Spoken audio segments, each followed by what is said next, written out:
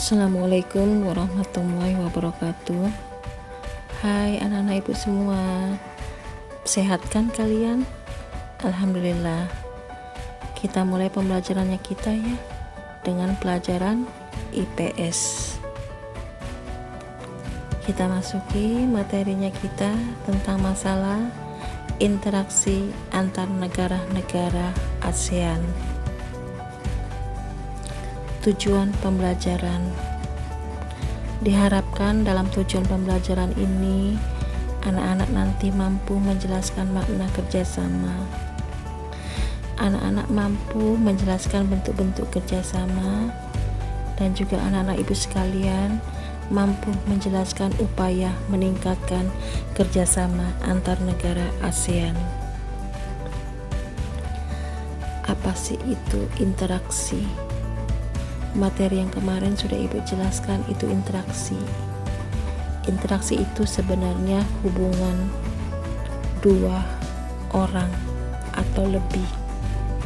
Jadi di sini dalam materi kita ini, interaksi ini menjalin hubungan antara dua negara atau lebih demi mencapai suatu kesepakatan. Kerjasama dalam negara ASEAN atau kerjasama antar negara itu adalah upaya menjalin hubungan antara dua negara atau lebih dengan tujuan mencapai suatu kesepakatan yang menguntungkan kedua belah pihak. Faktor pendorong terjadinya kerjasama di ASEAN. Kita lihat faktor pendorongnya. Faktor pendorong yang pertama, adanya kesamaan dan perbedaan sumber daya alam. Yang kedua, faktor pendorongnya, kesamaan dan perbedaan wilayah yang merupakan kondisi geografis. Yang pertama, kesamaan dan perbedaan sumber daya alam. Ada kesamaan sumber daya alam. Sebagai contoh, beberapa negara penghasil minyak bumi membentuk suatu kerjasama yang diberi nama OPEC atau Organization of Petroleum Exporting Countries.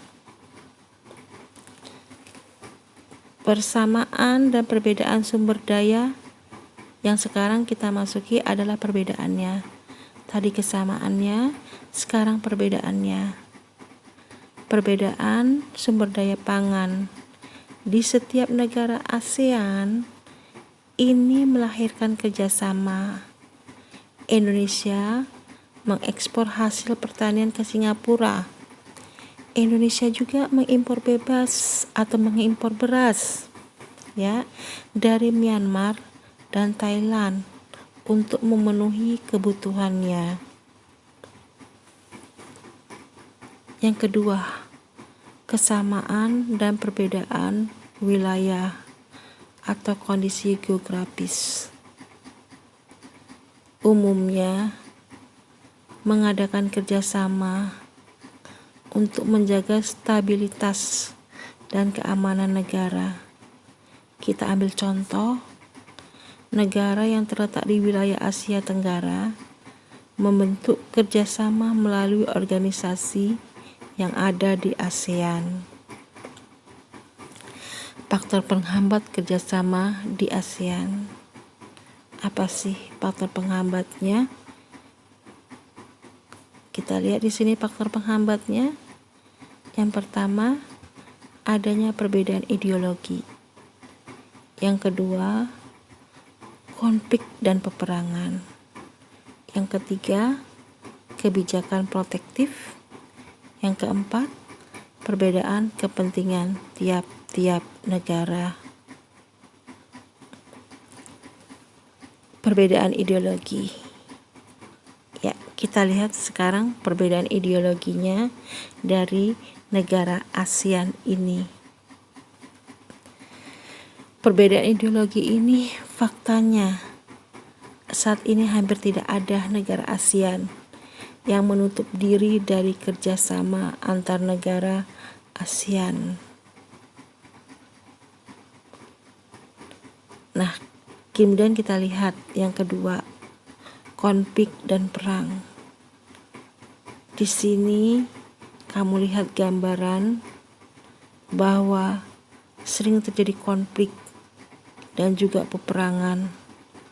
Tapi alhamdulillah negara ASEAN menjaga konflik tersebut sehingga tidak menjadi perperangan di antara negara ASEAN. Konflik di sini kondisinya, atau juga kita sebut juga dengan kondisi konflik dan juga peperangan terjadi di dalam negeri maupun antar negara. Ini nanti akan mengganggu stabilitas negara sehingga akan menghambat kerja sama. Pernah waktu itu kita dengar ada yaitu konflik tentang Kepulauan Sepadan dan Likitan. Lanjut, kebijakan protektif. Apa sih kebijakan protektif itu? Kita lihat di sini, yaitu kebijakan protektif. Suatu negara itu menerapkan kebijakan yang bertujuan untuk melindungi kepentingan dalam negeri dan juga meningkatkan daya saing. Misalnya kita ambil contoh, tidak menerima impor hasil pertanian karena dapat mempengaruhi kondisi pendapatan hasil pertanian di dalam negeri. Dampak kebijakan ini dapat mempengaruhi hubungan antar negara sehingga nantinya dapat menghambat kerjasama yang akhirnya tidak akan membuat negara tersebut menjadi harmonis. Perbedaan kepentingan tiap negara. Setiap negara mempunyai perbedaan dan kepentingan masing-masing. Kerjasama itu dibutuhkan karena memang adanya perbedaan kepentingan tersebut. Untuk apa? Untuk perkembangan negara ASEAN di masa depannya dan negara dunia pada umumnya. Akan tetapi dalam kerjasama antar negara, tiap-tiap negara memiliki kepentingan yang berbeda. Perbedaan ini dapat menghambat kerjasama yang nantinya menjadi kerjasama yang bisa harmonis. Terima kasih. Itulah materi yang akan pagi ini Ibu sampaikan. Nanti kita bertemu kembali dalam materi selanjutnya. Ibu tutup dan jangan lupa jaga kesehatan. Wabillahi taufiq wal hidayah.